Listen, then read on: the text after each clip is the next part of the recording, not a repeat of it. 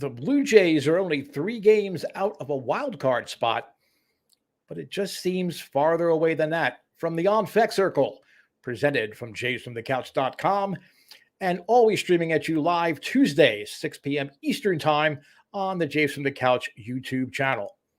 This is just one of a family of programs the Jays from the Couch presents. There's, of course, the Mothership Podcast, the Jays from the Couch radio podcast, episode 272 last week, hosted by our senior editor, Sean Doyle. We do everything from fake news items to bringing in people like Keegan Matheson, Shai Davidi, Jordan Romano. We try to engage you, make you laugh, make you think, and always feel better about being a Blue Jay fan. That's Monday, 6 p.m. Eastern Time. And joining those two programs on the YouTube channel is Sunny Side of the Dome, as hosted by Karen Suter.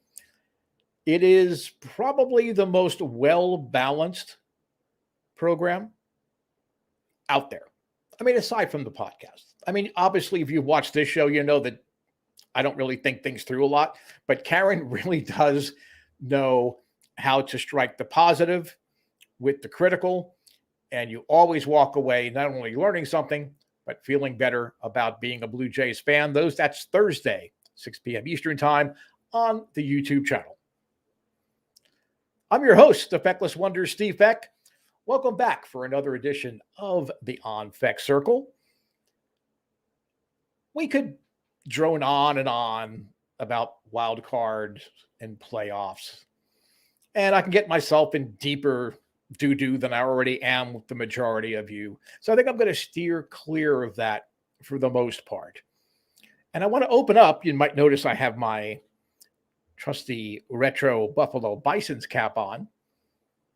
They are the first place Buffalo Bisons in the AAA East Northeast Division. I think that's how the classification is. It used to be so much easier. It was International League.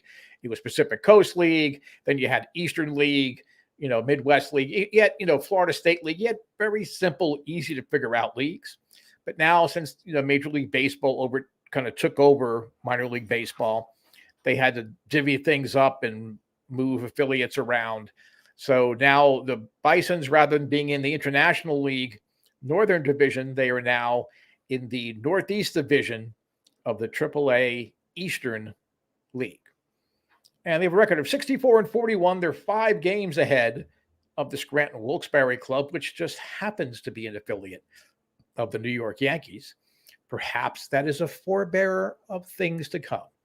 We certainly saw last night that the Jays seemed to have the Yankees number, and watching MLB Network throughout the day, I think the Jays get it done tonight.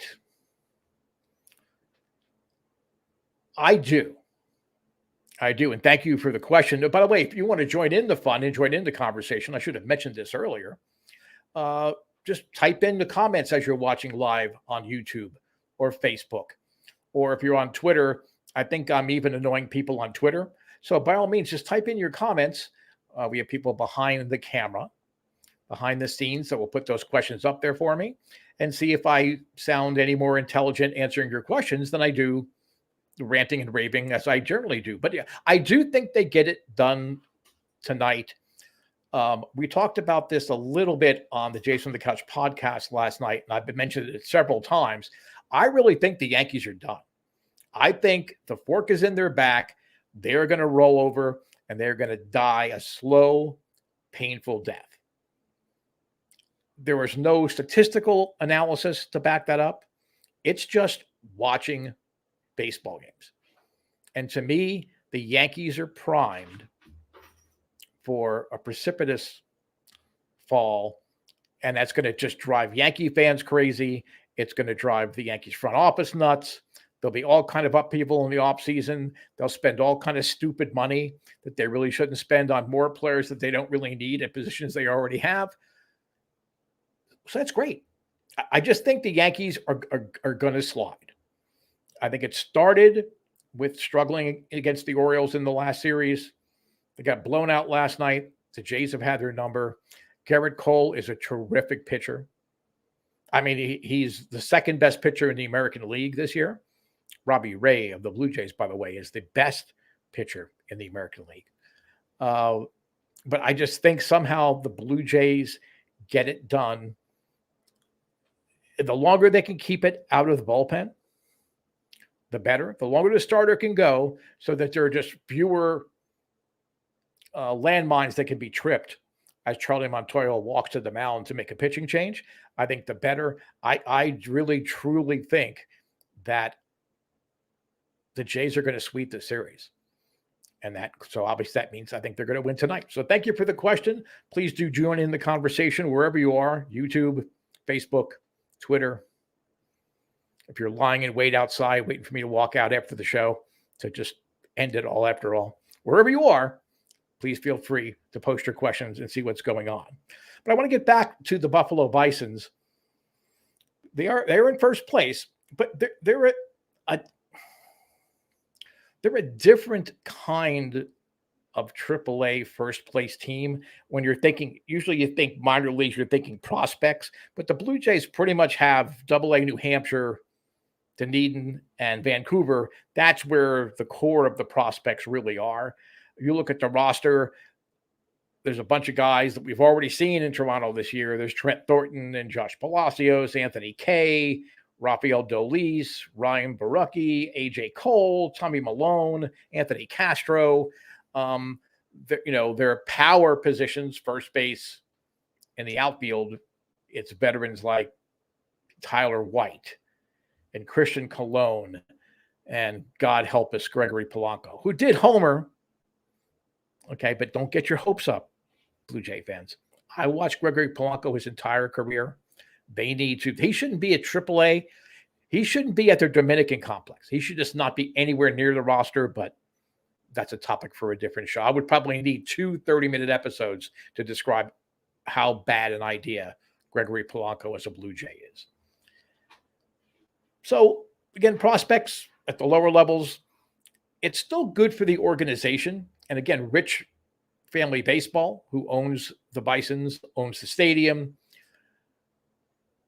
they have always insisted on carrying veterans and people that could keep the team competitive. And whenever they were playing, when they were with the Indians, when they were a Pirate affiliate, with the Blue Jays affiliates, there's always been a smattering of veterans they like to keep around. Maybe that's why they signed Gregory Polanco. I really don't know. But because, to them, in their mind, they're a major league city. And I think they've proven they're a major league city with the way over the last 2 seasons, the chances they had to host home games for the Blue Jay, they've proven they're a major league city. I know some Blue Jay fans, in Canada will get angry because there's so many Yankee fans that tend to go to games when the Yankees were playing in Buffalo. I was a little surprised to see so many Red Sox fans there. I don't remember, having lived up there and still spend a lot of time in Western New York, I really don't remember a lot of Red Sox fans being around. But you have to remember that, there's still a Yankee, part of the Yankees radio network. Okay, you can still get the Yes Network on cable up there as part of your basic cable package, not just, you would go get the expanded and it's a special. It may have changed more recently with AT&T taking over up there, but I know before that, the Yes Network was going through. So Buffalo's a major league city. Are they the future home of the Oakland A's? I know they're a dark horse. Everybody says, oh, Vegas. That stadium's not going to be ready for 2.5 years. If they're really serious about putting the A's somewhere, maybe you move them to Buffalo for a couple of years. Let Buffalo audition for the Rays when the Rays have to move in 2025. I know there's still talk about Montreal, and I think it would be great to have baseball back in Montreal. I really do. As much as if I have one prejudice in life, it's probably against the Quebecois, and I think it's familial. My mother's side of the family is from Canada. They often spoke disparagingly of Quebec and, Francophones and all of that. So maybe it's kind of a lingering effect that comes back. But when Montreal was good, and they didn't have dopey owners like Jeffrey Loria, they put up some really competitive teams. And it would be nice to see baseball come back there. I don't know from a business standpoint. I think the Blue Jays have their stamp. I think they have the hearts, and I think they have the dollars of Canadian sponsors. I don't know that Montreal could make a financial successful go of it as a major league city again. Again, that's just gut instinct. Some of it's common business practice sense. Mark Shapiro's objective is to conquer Canada, to make sure that the Blue Jays are the summer must watch, at least until the CFL starts, throughout Canada, not just Ontario, throughout Canada. So I don't know that Montreal is an option. The stadium in Buffalo can be added onto. When they first built it, it was designed almost like a Lego set where you could put literally a second deck of seating on top of the existing structure. Obviously, and I believe that can be done in one off season. I know what you're saying. Buffalo, you never know whether you're going to get 70 inches of snow or no snow, but it potentially could get done. And the A's could make do for one season. The Jays certainly had no complaints. Admittedly, last year there weren't any fans. This year there was limited capacity, but it was basically sold out every night. So good on the Buffalo Bisons. Keep going. Seamus Nelson, a regular listener of this show, as well as Jason the Couch Radio podcast, he posed giving a shout out. He is from Western New York. He goes to as many Bison games as he can. And so thanks for the suggestion of doing the shout out here. And something else to keep in mind is the manager of the AAA Buffalo Bisons. It's Casey Candell. Talking of the Expos, started his career, had a great rookie year in Montreal, hung around for quite a while with the Expos and the Astros in Cleveland. He was there in Cleveland when Ross Atkins was working in the minor leagues. As a matter of fact, he helped lead the Bisons to their first AAA championship since 1961. In 1997, they thought so highly of him. He was not only named the team MVP when he tore up his knee in Game 2 of the semifinals of the playoffs. From that point on, everybody on the team had CC10 on their hats. So he's well thought of in Buffalo, but he has been minor league baseball operations guy in Texas. He worked under Shapiro and under Ross Atkins while they were in Cleveland. Should things not go as well as we all hope they will go next year, it wouldn't surprise me to have a 1989 happen, have Charlie jettisoned out and bring in Casey Candell to take him to the playoffs. But we'll get to 1989 here in a little bit. I want to also touch, and relatively briefly, on Marcus Semien.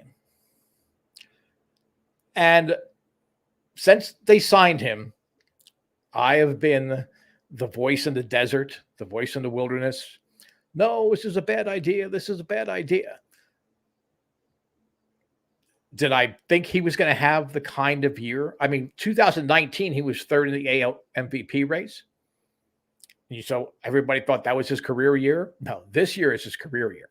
He has put up just marvelous numbers.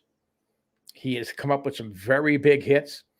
And he is, along with George Springer, when he's not pulling a hamstring or bouncing balls off his knee or running into walls or whatever else might be happening, he is a stabilizing force during the game in the dugout. At bats, he leads by example. And in the clubhouse, everybody turns to him. This is not a knock on Marcus Semien as a ball player. Some of my offseason things were a knock on Marcus Semien as a ball player. he has proven he's played near Gold Glove caliber second base. He hasn't been great. And I think the analytics wouldn't back that up as much as watching him play day in, day out. But he's had a wonderful year. But the bottom line is his presence in Toronto this year, for all the positives, had many trickle-down negative effects. It forced Kevin Biggio to third base. Now, he's had a tough year. He's been hurt. But he has proven arm strength-wise and as far as his reactions with balls off the bat and positioning, he's not that comfortable at third base. Therefore, there were many defensive lapses by Biggio at third base that cost the team ball games. That has a trickle-down effect on pitchers. There were many sure outs that were not outs. Wild throws, just not, in the right place at the right time. So that had a negative effect. It had a negative effect, I think, overall, defensively on the team. That $18 million should have been spent on pitchers, bullpen guys, starters, whatever you want to say. It was misappropriated money for $18 million. If you think that the Blue Jays are going to be able to sign Marcus Semien for an extension anywhere less than $20 million per year, you're truly just dreaming, and it's pie in the sky thinking. And that's money that the Blue Jays don't have to commit to a guy like Semien, as terrific as he has been, long term. And I say that because of what they will have to start thinking about doing to sustain the progress that they've made this year. As disappointing on so many levels as this year has been, you can see the foundation has been laid and the frame of the house is now coming into shape. They just need to finish everything off. And I think 2022 is the year they can do it. Now, a lot of people will point out that, they're only going to have $64.9 million on the books next year. And that's true. They're going to get rid of, I think they stopped paying Troy Tulowitzki next year. I'm pretty sure that that's the last year that they paid Troy Tulowitzki. Tanner Roark's still making $12 million. Kirby Yates is making $5 or $6 million. There's a lot of guys that are no longer on the team that are getting paid. So in theory, that money's off the books. But now you need to think about the newly acquired Jose Barrios. He's in the final year of arbitration.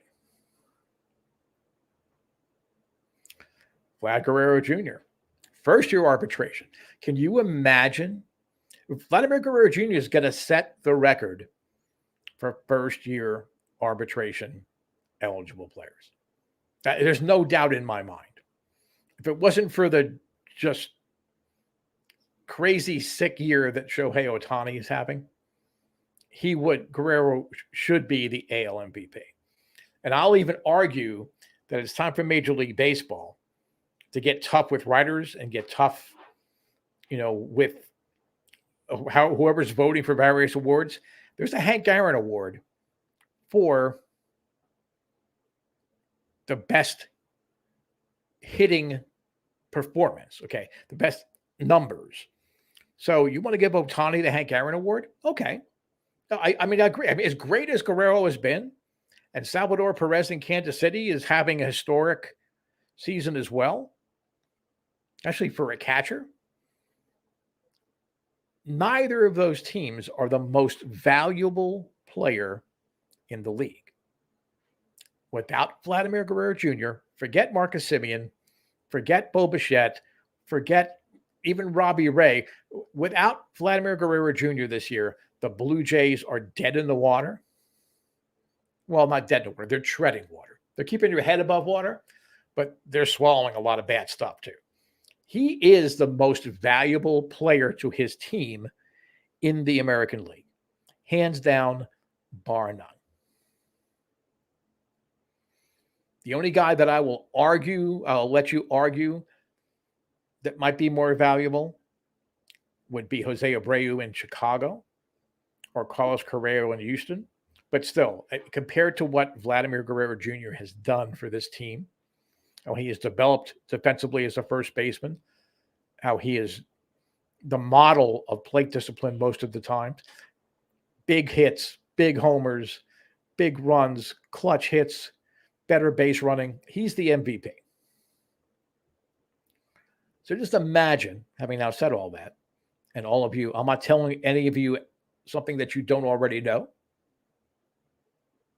He's going to get paid big. Robbie Ray, the AL Cy Young Award winner, he better be. He better be.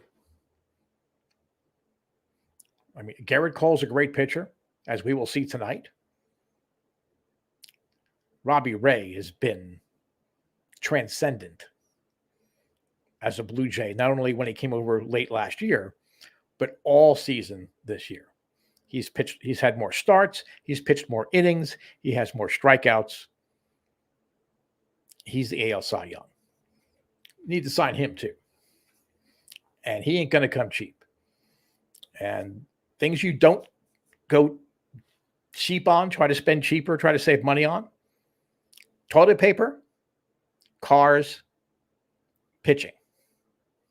You pay pitchers.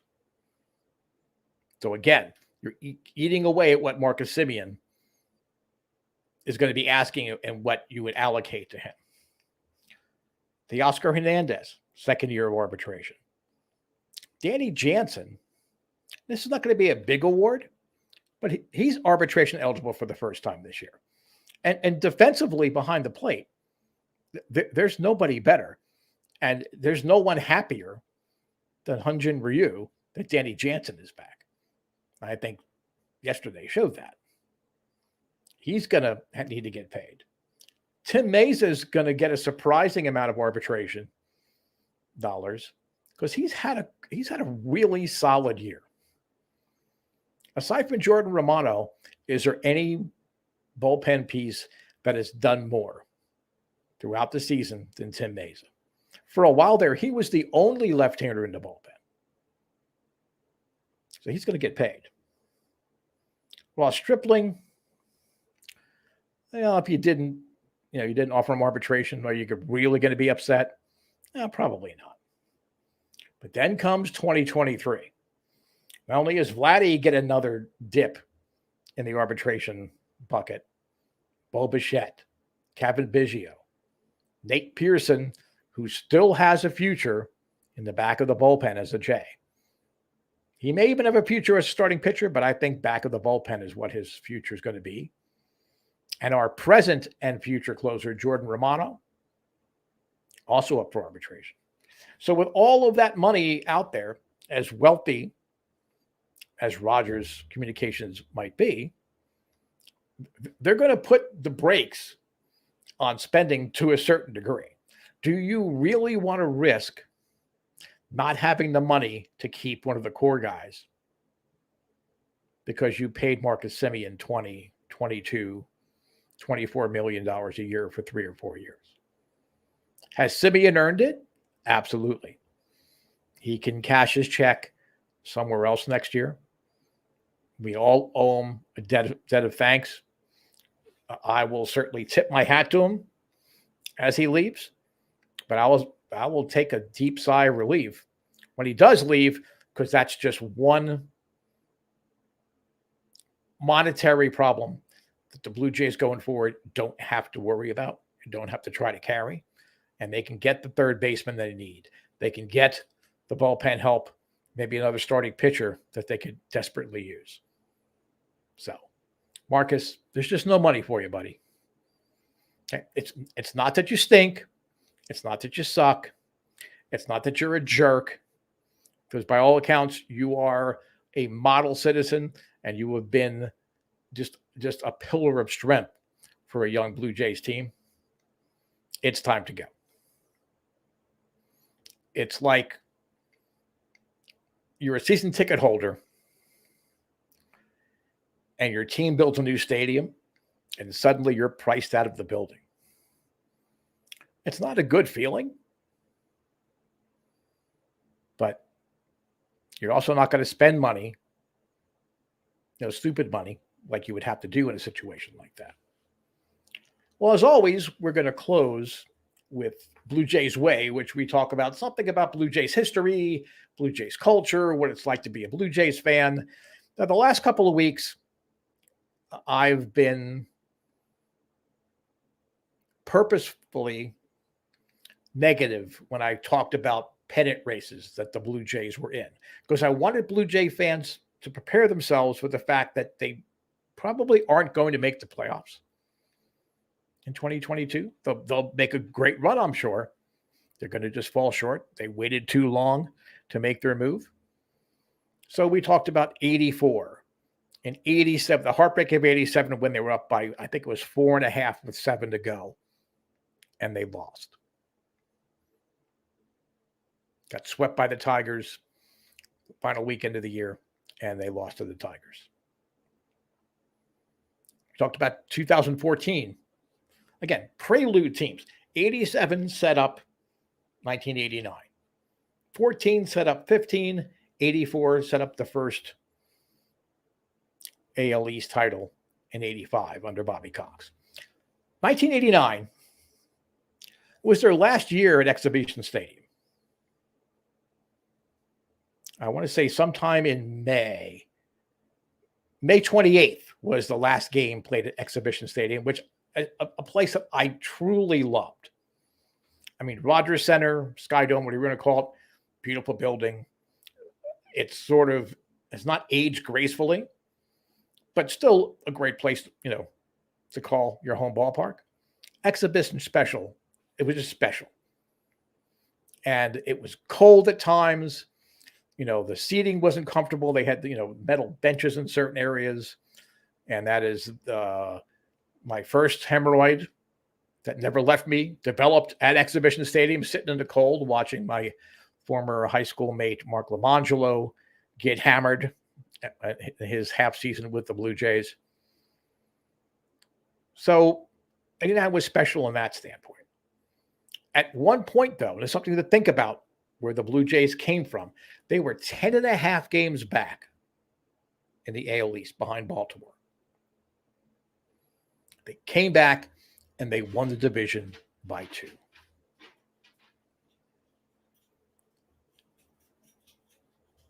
They were so bad early that Pat Gillick broke a 605-day trade fast and actually made a trade on April 30th. He traded fan favorite, and it made me angry and broke my heart. Jesse Barfield went to of all teams, the Yankees.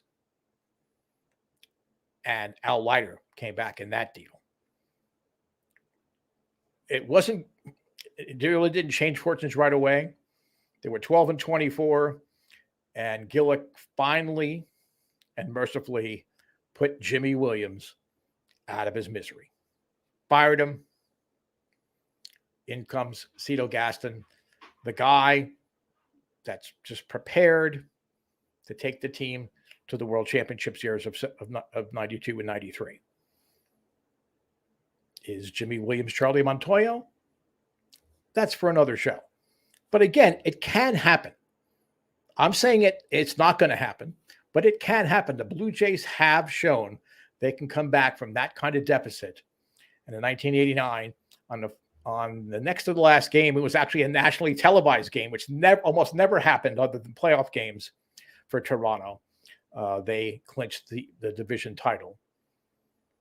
And that's just something to think about. The Blue Jays have done it before. I've heard that said multiple times everywhere. Oh, they've done it before. That's true. Doesn't mean they're going to do it this year, but that is an example. 1989. I also want to mention right before tonight's game, we're running out of time here, just real quickly, in their expansion year of 1977, not on this date, on September 10th, 1977, the Blue Jays blew out the Yankees 19-5. And Roy Babe Ruth Howells, 2 homers, 2 doubles, a single, 13 total bases, 9 RBIs in a big Blue Jays win. So games like that can happen too. I'm the Feckless Wonder, Steve Fek. Thanks for tuning in for another edition of the On Fek Circle. We're here every Tuesday, 6 p.m. Eastern Time on the Jays from the Couch YouTube channel. Our podcast, Monday, 6 p.m. Eastern Time. And coming up Thursday, don't miss it. It's Sunny Side of the Dome with Karen Suter, Thursday, 6 p.m. Eastern Time. Thanks for watching.